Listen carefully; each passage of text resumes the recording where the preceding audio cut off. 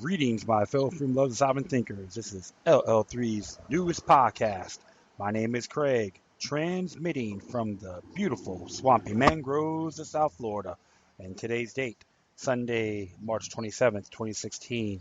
Yep, it is Easter Sunday evening to be exact. So I hope looks like many people went to church and did celebrate the resurrection of Christ. And of course, good faith. People gotta realize it means Easter is after Easter, like the eye, which represents the goddess of fertility. So there's a lot of paganistic viewpoints when they try to combine this. This is why the last episode I say respectfully is considered to be an anti-Christian holiday when you try to combine the or make the, try to combine and compromise the creed, which makes it synthetic. And if they would have did a thing on celebrate, like the resurrection day of Christ, that's one thing. So that's why you do my homework on these areas. Of course, my mom, I thank her for telling me this when I was a young person. That I take the initiative on looking at it with her, and so if this is how it goes, but doesn't mean don't give up on your creed, but always examine everything more thoroughly. Okay, you want to be spiritually free than be controlled. So it doesn't matter what creed you're in. It's just an example. It looks like some incidents happened, and a terrible incident happened in Pakistan about some bombing that took place. That's a real shame. More hatred and control over people in that area and so forth. Plus, saw this video about people get offended when someone wrote Trump 2016. They felt offended, like, oh my goodness, I'm so hurt and devalued, so demoralized. Shut up. You think your life is tough? You should go out in the battle. You should go out in the stuff that's happening around you or outside. What happened in Brussels and in Pakistan and a few other places, and Syria is getting bombed as well. You should count your blessings. Stop bitching. Okay, we don't need cowards and wussies in society to try to tell us how to think. Because I'm a freedom lover, sovereign thinking individual. If you get offended, who cares? In those little areas, to me, it's worse than I consider that to be value of cat manure, okay, or gator manure. That's how I feel about your sensitivity. So that's my little rant on that area. However, I'm going to be talking about Syria. It came from Press TV. It says here, Syria army takes full control of Palmyra. As it reads here, Syrian armed forces have fully established full control over the ancient city of Palmyra in the west central Homs province, the latest string of victories over the Daesh's Takurfi terrorists. After heavy fighting during the night, the army is in full control of Palmyra, both in the ancient site and the residential neighborhoods, an unnamed military source said on Sunday. Army sappers are in the process of defusing dozens of bombs and mines planted inside the ancient site, the anonymous military source added. The major gain came after Syrian armies advanced in the western and northern part of Palmyra during the past several days, intensive military operations in the south. The historic city fell to Daesh last May. The Syrian army and allied forces kicked off an assault earlier this month. Sorry about that. To take Palmyra back with help of airstrikes and artillery fire. Daesh's militants have reportedly pulled out of the city after the army recaptured it on Sunday and are said to have retreated to the cities of Sugna and Deir al-Zara in the east. The liberation of Palmyra now causes eastern Syria to open up to the army and deals with heavy blow to the Daesh's terrorists who are in control of most of the two provinces of Deir al-Zara and Raqqa. The fall of Palmyra raised global concern as the terrorists blew up its UNESCO-listed temples and looted relics that dated back thousands of years. Daesh turned Palmyra's ancient amphitheater site for public execution as terrorists beheaded the city's 82-year-old former Antiki's chief there. In recent months, Syrian army backed up by the Russian air power is making major gains against Takfiri groups, recapturing several strategic areas from their grip, particularly in the strategic northern province of Aleppo. Interesting there, what's happening in Syria,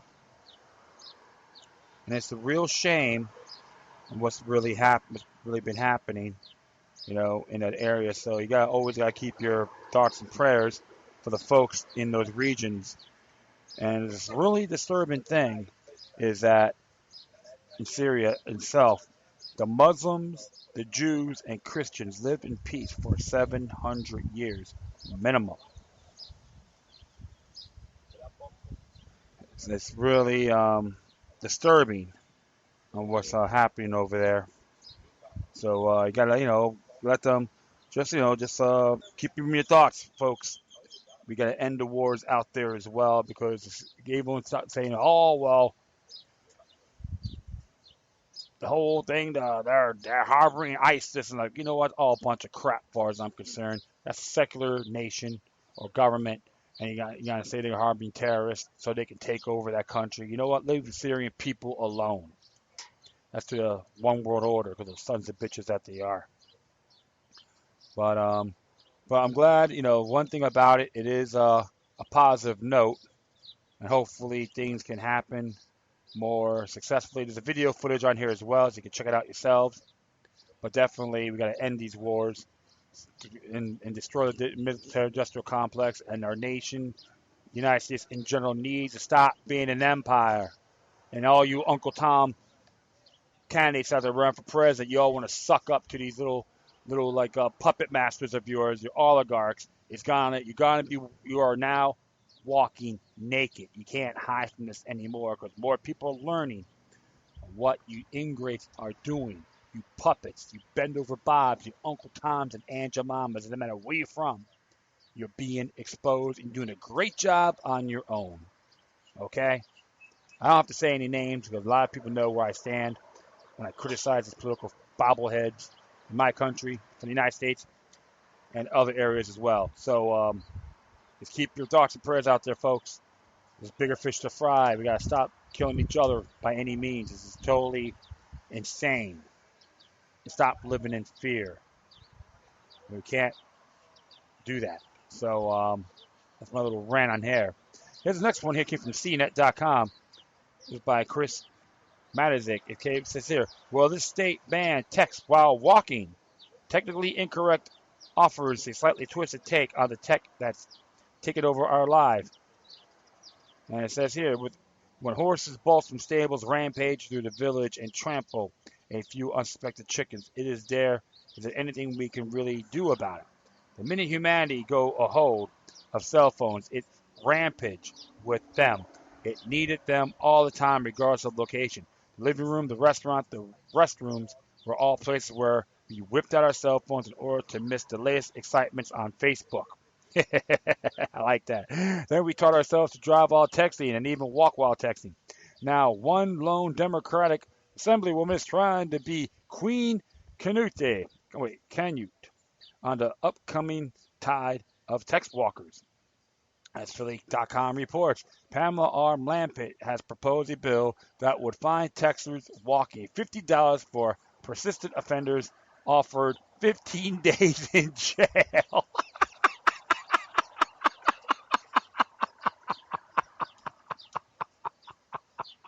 I'm sorry, folks. Who's this dingbat, okay? Pamela Lampett. I get to go, hey, your lamb pit's like an armpit, I'm just sorry. I'm just being sarcastic. I find this totally hilarious. I want to continue on here. I fancy that soon enough, New Jersey's jails would be full of miscreants with their heads bowed, wondering where on earth are their cell phones are. Essentially, Lampett wants text walkers to be treated as jaywalkers, she told ABC News. An individual crossing the road distracted by their smartphone presented just as much danger to motorists as someone's jaywalking and should be held a minimum to the same penalty. The text walker problem has been considerable for quite some time. The Governor's Highway Safety Association that says that pedestrian deaths involving cell phone use more than tripled between 2004 and 2010. The figure for 2010 was estimated to be 2 million injuries to text walkers. Of course, research, the occasional home codifying the obvious, has shown that texting inhibits a human ability to talk in a straight line and slows you down. For the educational steps that might be taken to discourage text walkers, especially kids, if you look at the world's streets, is not much having an effect. New York, Illinois, Arkansas, and Nevada also seen legislatures try and fail to enact laws while texting and walking. Hawaii, a bill has been proposed that would fine participants $250 for crossing the street while using an electronic device. Fort Lee, New Jersey managed to occasionally embrace texting and walking under its dangerous walking laws. The truth, of course, is that we've become increasingly unaware of our surroundings and we're all too entranced by our phones. Texas have been known to fall into mall fountains, plunge into Lake Michigan, and disappear down sinkholes. I gotta say, although these people text and walk are like on the Twilight Zone, come on, folks. It's entertaining unless someone gets hurt.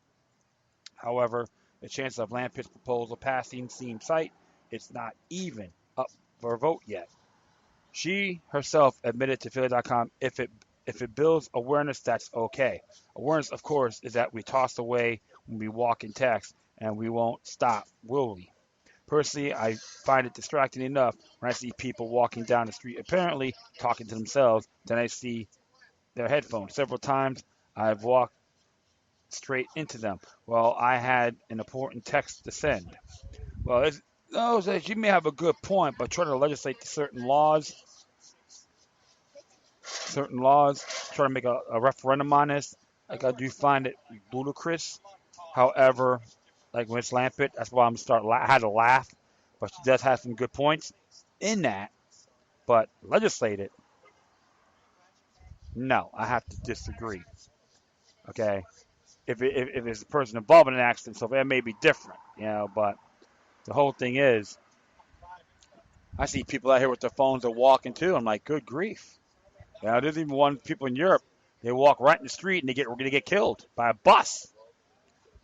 So the whole thing is, my friends, you gotta remember, it's a want, not a need. You don't need it. It's not the holy grail. I think this is why it was funny about these text walkers. You know, they're so mesmerized with what you see on Facebook. And I know the funny thing about it. I have a Facebook page myself, but you know what? I'm not gonna talk about some love life and something stupid or gossip and so forth. The whole thing is this: is know when to say when. That's the thing. I'm not gonna have to go around texting people everywhere I go. Only if I have to. So I'm pretty minimal at that. I hate talking on the phone. I'll listen to the show. I'll listen to stuff when I'm walking, but you gotta know your surroundings. That's the name of the game. You have to be aware on that. If not, you're gonna crash and burn. I agree. So safety first. We have to be responsible for it. Hey, I would check out a good story, whether you believe in God or not. I don't care if you're a Bible reader or not. Just look up Gideon and his 300 men, how he got thousands of men who went down to 300. Some of them were alert. The ones that were drinking the water like a bunch of dogs, what the Lord said to Gideon, get rid of them. The ones that were drinking the water and knowing they're observing, they're paying attention to their surroundings, kept them. Why? That's the whole thing is, paying attention. I say it doesn't matter if you believe it or not. That's a good story. And this is why I just have to laugh, like some of these folks. The one thing for sure, the legislating laws may not be the best thing in the world, but getting people to think about it, yes. So the whole thing is this: you live once, value it. Don't let these gadgets take you for granted. Don't let it control you. You control it. And there are times I'll be on my computer a good amount of days, hours, but you know what? This time I can just turn it off. Like, what did you like? Do something productive? Yeah, like I do my show. But the whole thing is, folks, think of it as a want, not a need, especially with these gadgets. All right, so that's enough of that. Enough of that hoopla. The next one here came from the Miami Herald, came out today, goes Opa-Locka shadows forces move millions in city contracts. Interesting here. It's by Jay Weaver, Michael Sala, and Katie. Okay. It says here, when with the builder of a community center desperately needed to get paid nearly $1 million from Opa-Locka, he received a call from the city's most influential power broker. Dante Stark said he could ensure the contractor would collect the money he was owed and even pick up more government work. When the CEO of a waste hauling company needs someone with strong connections to Opa-Locka leaders, he turned to Starks to ensure the firm would keep its multi-million-dollar contract with the city for years. In a community where money begets political favors at City Hall, Starks has known few equals in pulling the levers of government. The 53-year-old lobbyist has helped steer millions of dollars in public works project declines, shut down police investigations, and pushed successfully for firing of a city manager, all after his own arrest on public bribery charges nearly a decade ago. Can I say, hey, I got some dirty laundry on other people. Sounds like an interesting man. Dante is an unofficial mayor of Opa-Locka. For former vice mayor Stephen Barnett said he has more power than Mayor Myra Taylor. He controls every department. Now Starks is at the center of a federal investigation that threatens to topple him, and a cadre of elected leaders in the most comprehensive corruption probe in Miami-Dade in decades. The Miami Herald has learned that a federal criminal grand jury has issued 18 subpoenas to current and former City Hall employees, including former city manager and past finance director, in a kickback investigation targeting Starks and nearly every public works project in Opa-Locka in the past decade.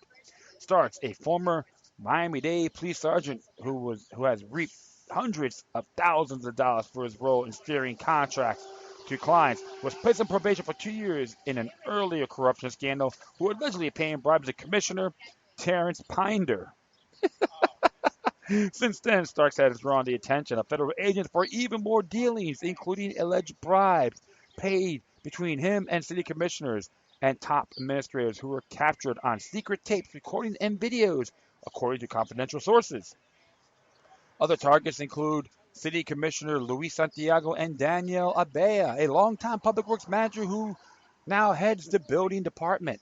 Sources said FBI agents are examining the phantom jobs created in the public works department, as well as regular bidding involving the city's best-known development, the $4.3 billion Shern-Bondi Village Community Center, a project rife with improper dealings, which Starks was a lobbyist. So powerful was Starks over the years that he flouted local laws by failing to register as a lobbyist until 4 months ago.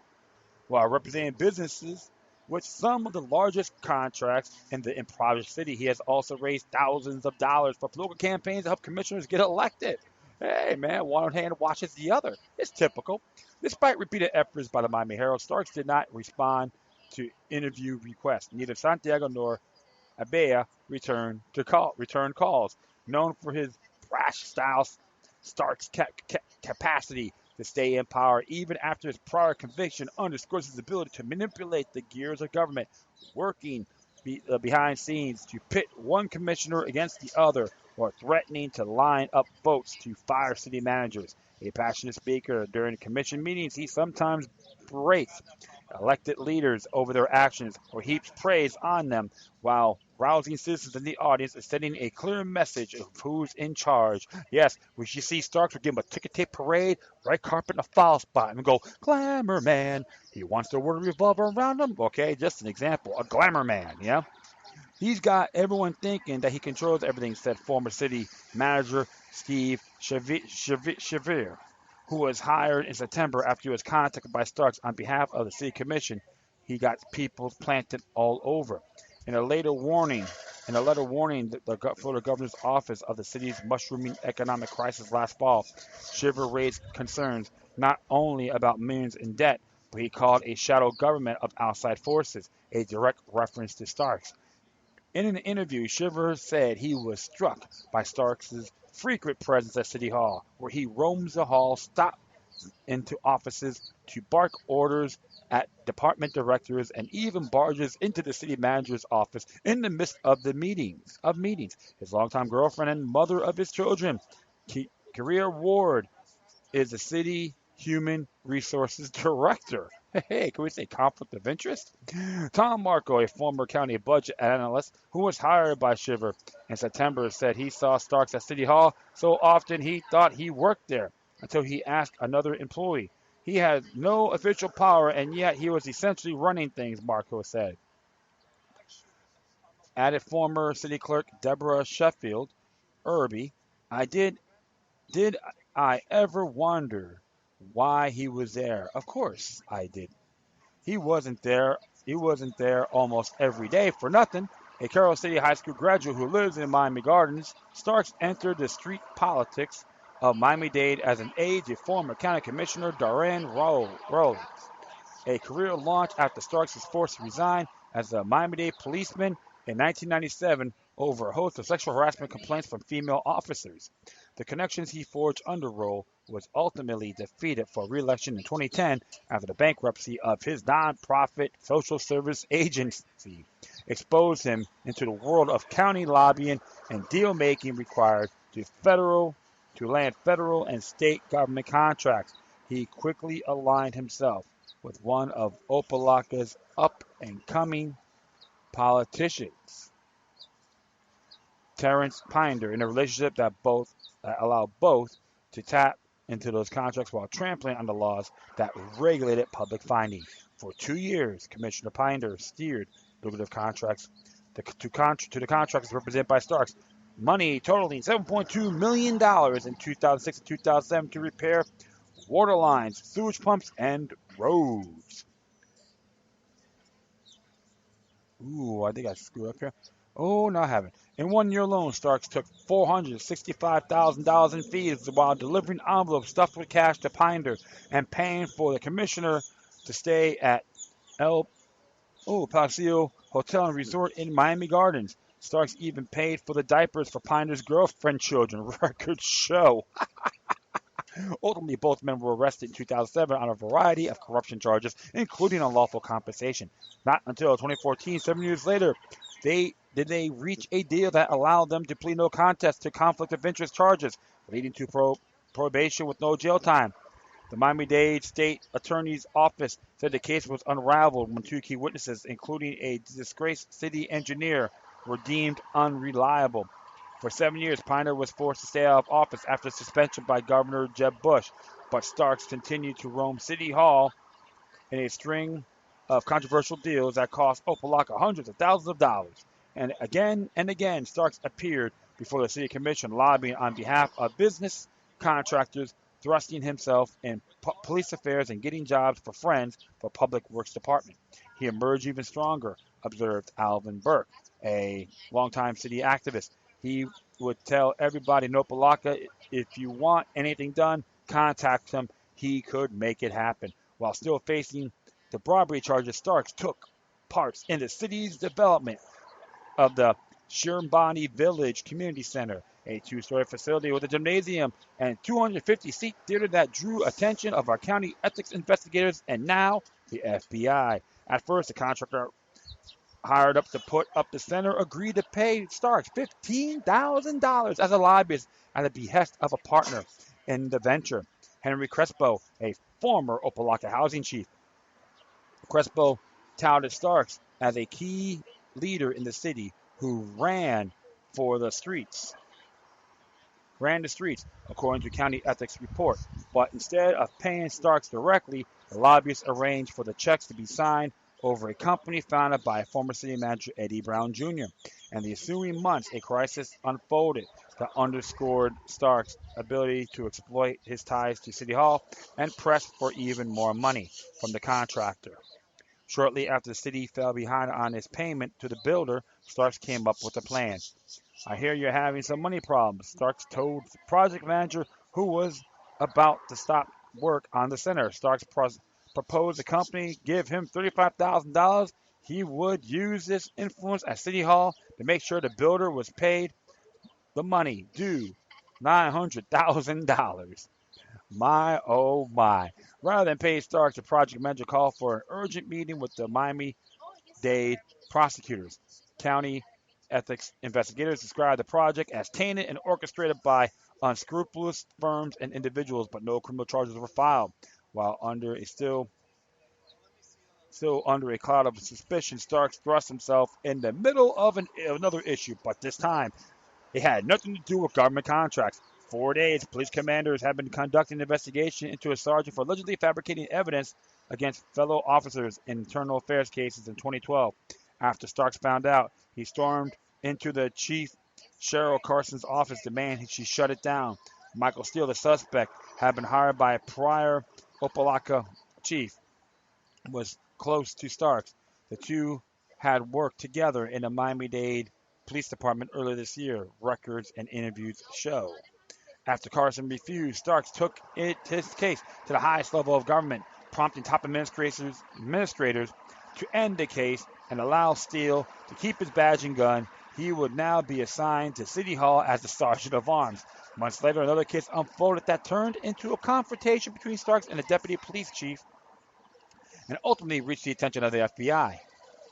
Shortly after police began investigating a street minister with a long criminal record who was suspected of selling drugs, Starks went into Chief Kaisen's again to drop the inquiry. Once again, Kaisen rebuffed Starks, leading to harsh words in the police station between Starks and Deputy Police Chief Antonio Sanchez. Next day, City Manager Kelvin Baker called police and asked that they back off. Records and interviews show. In the ensuing years, Starks continued to cultivate a network of city leaders, including Mayor Myra Taylor, her husband, Bishop John Taylor, and Santiago, a newly elected commissioner. Starks was also instrumental in recruiting several top administrators. It should be called Stark Stark-Locka. Okay, so Opa-Locka, Opa-Starka, yeah? Opa-Starka. That's what you call it, Opa-Starka, okay? So that'd be a great name for the city, I would say. But the man who also became his choice for the city manager's job last year turned out to be the greatest adversary, Steve Shiver, a former Homestead mayor and county manager. Just weeks after the commissioner voted 3-2 to hire a new city manager in September, Stark soon learned that Shiver was less compliant than his predecessors. Starks asked the manager to stop demanding rent from the academy school inside City Hall, a school that already owed the city at least $400,000 in past rent. The city manager said no.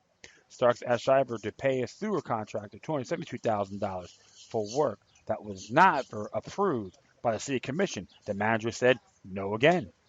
Starks asked the manager to forgive $10,000 in code enforcement fines to a wealthy apartment complex owner. Again, Shiver refused. By the end of October, their difference would erupt at a public business forum in Opa-Locka, where Shiver was a guest speaker. Just moments after his speech, Shiver said he encountered Starks and told him, "Stop stirring the pot." Wow, man. Starks wants to be the puppet masturbator, according to this. As the crowd looked on, Starks tore into Shiver, pushing him and cursing. Shiver said rather than counter Starks, the manager said he walked away. That's assault. She threw his ass in jail. But what? Starks know best, right? Please.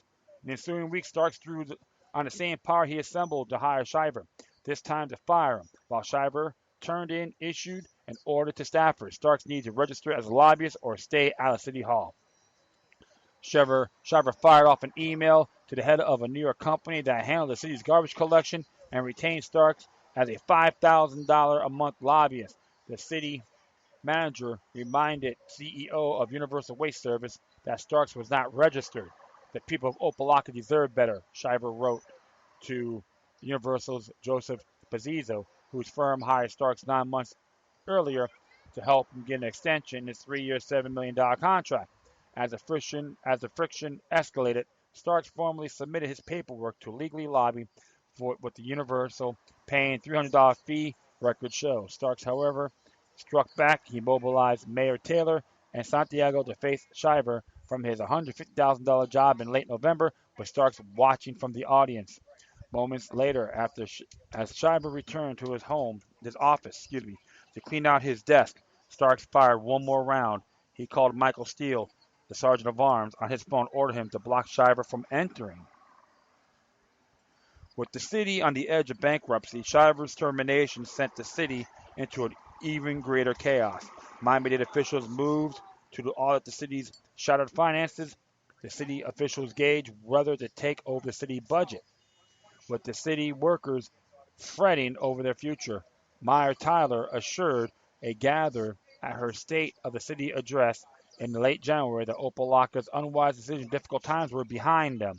You can't stop a moving train, she said. 6 weeks later, as she pulled into her car to the city hall, the entire building was surrounded by dozens of FBI agents on a public corruption task force. For most of the day, federal agents hauled away boxes, records, computer hard drives, emails, and other evidence in a scene that spectators has resembled in a Hollywood movie. While agents questioned Mayor Taylor and other public officials, Starks was not around. That morning, just as federal agents arrived at City Hall, he left through the rear door. Well, well, well. Interesting on going on at Opa-Locka. And what really gets me, because I remember there's always been issues with that city for at least a good 30 years, 35 years. You always had this problem with the money, corruption, and so forth. And if you get pulled over in that area in Opa-Locka, don't be surprised if it'd be one of those cities. They write many tickets as possible so they can get their budget to help their budget. But it's a real shame when you got these dorks like Dante Starks, who thinks he thinks he's Opa-Locka, okay, and he's not. It just gets really, just boggles the mind, folks. But the whole thing is this: when it comes to government, you can never trust them. Period. Don't complain. You gotta take action. We got folks out there who will be dumb, stagnant, and happy. And if things happen, things affect them, they start crying like a little girl. A bunch of like 3-ply purebred. Where's Underdog when I needed him? But there's nothing new. Like one cities, you have the people run the mafia, and you have your boss hogs, and everyone else in between. And just make sure, hopefully, justice will prevail for the innocent people, the victims of Opa-Locka, which is the people who live there, the residents. They're getting screwed on the tab. And Dante Starks, they're going to hunt him down, and one day he's gonna get caught. I guarantee you that. Expect a lot of heads to be rolling in that city, which is a real shame. And this is what happens when people complain and don't do anything. This is why you got to be vigilant, even on local government. You can't trust these vultures, period. And Opa-Locka is a very good example of what happened. All right, finally, this came from truthout.org by Josmar Trulilio. New York is an opinion, one called NYPD's arrest of citizen journalists should spark outrage. It says here, last week New York City police officers arrested 4 well-known activists for filming them. Cop watchers, people who regularly film and document police activity, have often been targeted by cops who do not want to be recorded, despite reminders that recording police interactions is legal in the city. While legal protection for filming police are still unclear in some parts of the country, the invaluable role that cop watchers play as journalists, acting as eyes and ears and media of the streets, deserves to be recognized. Much was made in the media about the 2014 arrest of Huffington Post Ryan Riley and the Washington Post Wesley Lowery by local police in Ferguson, Missouri, after police killing of Michael Brown. HuffPost released a statement condemning Riley's arrest. The Society of Professional Journalists, the National Association of Hispanic Journalists, and the Columbia Journalism Review also objected. Riley, reporter at media powerhouse Huffington Post, where I occasionally blog, and Lowery, who has produced a top-notch propaganda since Fair blog, which is February 12, 2016, were roughed up and arrested, apparently for nothing. A few months later, CNN's Don Lemon and Chris Cuomo would be ducking tear gas canisters as a military police response to protests over Brown's death was netting even mainstream media members in its sweep. When a Time magazine photographer was next slammed WEE style by a Secret Service goon at a Trump event last month, social media lit up with outrage. Most outraged were members of the media, reporters, and photographers alike. I gasped. That could happen to one of them. A photog from Time Magazine. Can you imagine? Freedom of the press was being violated at Trump rallies. Never mind protesters who'd been assaulted before and since.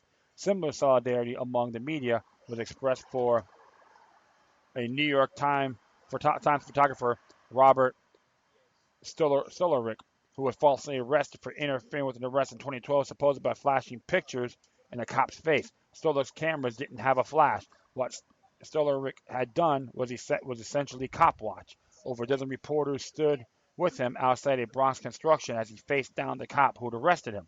While the media shared a sense of violation that they could be as casually brutalized or arrested as any one of us, for Stolaric, there also was satisfaction of actually having the cop who was arrested him punished. The NYPD officer who arrested Stolaric was convicted of a felony for falsifying a report. Convictions, of course, is a rare outcome for police who falsely arrest or even kill people of color. So all this, all this, so this all begs the question of whether members of mainstream media, with their giant news organizations to back them, should be the only ones accorded the at least theoretical protections afforded by the freedom of the press. All the cockroaches and activists who were arrested last week in New York City doing the work of that most traditional media are unwilling and incapable of doing. Dennis Flores, a longtime cop watching advocate, was arrested Monday night while filming cops who were chasing a protest through the Bronx. Five Melamock, a criminal justice Faiv Melamock, a criminal justice activist, and Jazz Hayden, a longtime activist and media maker in his own right, were arrested Tuesday night, filming the police interact with a homeless man in Midtown Manhattan. The following night, Ramsey Ora, who made an infamous video of an NYPD choking and killing a 43-year-old Eric Gardner in Staten Island, was locked up after recording a cop arresting the man in the Lower East Side. There was also the arrest of photographer activist Michael Nigro as he took pictures of the NYPD at a march against Donald Trump on Saturday. Nigro had just a few weeks prior blogged as a passionate and persistent piece at HuffPo titled "Let's All Commit Acts of Citizens Journalism," which it was said in part. It came out March 3rd, by the way, of this year. Having witnessed the news of their lives being dismissed or ignored, more and more people have put their bodies on the line, their ink on the page, and their image on the web with defiance, tenacity, and boot on the ground bravery, and often with little or no financial backing. And independent citizens journalists are utilizing tools of the digital age to change the conversation at a grassroots level. It so happened that Nigro was violently arrested by Deputy Inspector Andrew Lombardo, the same head of the NYPD Strategic Response Group who was hounding protesters on Monday night in the Bronx and who sharpened his skills at the Abu Ghraib U.S. prison in Iraq. Manly, I would say. Perhaps the police can also no longer distinguish between protesters and journalists. More likely, they can and just don't care.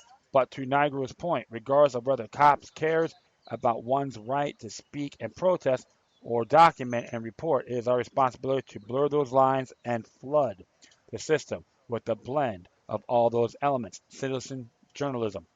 As that the same suggests, the mantle of citizen journalist belongs to everyone using the media to document their reality, but not everyone is afforded the same rights. I say, hell no. All your rights are equally protected. While the New York Daily News was awarded a local Emmy this past weekend stemming from its publishing of the Eric Garner video, Ramsey Orta, who shot the video, had been frequently target of police.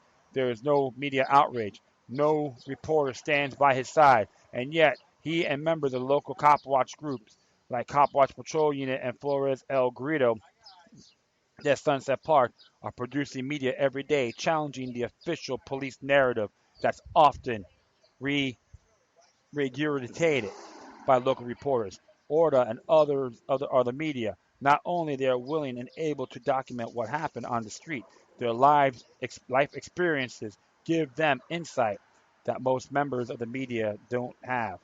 This is particularly crucial with dealing with issues of policing or criminal justice, which impact communities of color the most. These cop watchers are independent and self-organized volunteers. What protections can we provide for them? It is not enough to simply say they should be allowed to film. We should be collectively outraged when they are arrested or harassed. For a cop watcher, citizen, journalist, having police arrest you, confiscate your phone, erase the footage, as often happens, would be equivalent and of law enforcement raiding the offices of CNN, MSNBC, or Fox News and destroying their files and equipment. If freedom of the press means anything, it should protect the growing number of people who use the media to hold powerful institutions accountable. If it doesn't protect cop watching, then it's totally useless. Amateur videos of police brutality incidents or in protest and direct action that would be otherwise ignored by the mainstream media. These are expression of both free speech and of emerging popular media that creates new dialogue that challenges power. This combination of independent media makers and damning videos is how we can put the dents all over the system together. And I have to agree with this author 100% plus. And Josmar did a good job on here, and he's absolutely correct. There's been a war on journalism for a great long time, even since 9/11. We call it the 24/7 excuse for everything. And those dingleberries, okay, who are like in New York City, for example, they want to go harass people or cop watchers and all that, who are considered journalists. They should be start wearing an I sell my soul to Benito Mussolini or have an I love Benito Mussolini button. Where the hell is Mayor de Blasio saying about this? Is he a doormat as well for the tyrannical establishment? Here's the thing: people got to start uniting in these areas. I don't care what your political views are. I'm an activist myself, and I do go out there, and there's times I do live feeds and interview people. And I did a few times. I did a good amount of time. I haven't done it every day, unfortunately, but I would love to. I do take the initiative. I'm going out there the best I can and interview people, live feed, and all that. Even people going protesting and all that. I support freedom of the press. I support the First Amendment of the U.S. Constitution and the Ninth Amendment as well. And interesting about New York City, they need to honor Article 1, Section 8 of the New York Constitution, which is considered called Bill of Rights. It says here, every citizen may speak, write, and publish his or her sentiments on all subjects, being responsible for the abuse of that right. No law shall be passed to restrain or abridge the liberty of speech or of the press, and all criminal prosecutions or indictments for libels. The truth may be given of evidence to the jury if it shall appear to the jury the matter charged as libelous is true and was published with good motives and for justifiable ends, the party shall be acquitted, and the jury shall have the right to determine the law and the fact. This was amended on November 6, 2001. That's Article 1, Section 8 of the New York Constitution. And to those so-called hotshot cops out there, not all, but the corrupt ones, okay, who want to harass people for their rights, you know what? Walmart's hiring. Go down to move out, go to Cuba, and say I sold my soul to Fidel Castro, or have or say, or if you have an altar of Benito Mussolini, do it on your own watch, not the people's watch, okay? And the mayor and the police chief and the commissioner, if you don't like it, stick it, because the truth of the matter is that you need the people more than people need you. And the people in that city need to start getting their act together as well. And I know things are happening down over there, which is fantastic. Okay, it's a big spiritual awakening happening, not just in New York, but around the world, including South Florida. But the truth of the matter is, you got to shame these bastards, these Uncle Toms and Aunt Jemimas of the tyrannical system, because they're part of the problem. And you got to, if they bulldoze them out, so be it. Remember what Jefferson said: a little rebellion now and then is good. And that's how I see the world, my friends. And always remember the Battle of Athens, Tennessee, that happened on August 1st and 2nd, 1946. They revolted over vote fraud, corruption, and the people won. And don't forget the uprisings that happened at Stonewall. And don't get me wrong, some of the people were the outside, they were screwing around, but they try to condemn the place as a whole. And that's how the revolt happened. So this is why the people in New York City tell those bastards, you need that. They need you more. You need them. Let that sink in. That's all I have to say. I'd like to thank everyone for listening to this episode. Plus, feel free to download and share this throughout your social media networks. If you have any questions, comments, compliments, criticisms, love letters, hate letters, or send me something that's pretty cool I haven't checked out yet or haven't talked about, it'd be great. However, please send your correspondences with decorum. You can hit me on Facebook, Twitter, Google+, iHeartRadio, YouTube, freedommovement.com, and scene.life. Or you could hit me, email me at LokiLuck3, which is the number 3 together, at gmail.com. Before I go, I still want to do one cool little song by a band called Iced Earth. They originally were from Tampa, and they've been around for a good many years. And Ripper Tim Owens did a couple albums with them. And this one's a good song you should check out. I'm going to play it. It's called 10,000 Strong. It's something I can relate to, and hopefully everyone out there can do as well. All right? Enjoy the song. Plus, always remember that demoniac resistance is healthy for the soul and can liberate humanity. Until next time, take care of yourselves, keep on spreading the love, and may your guardian spirits be with you. Enjoy the song. Signing off.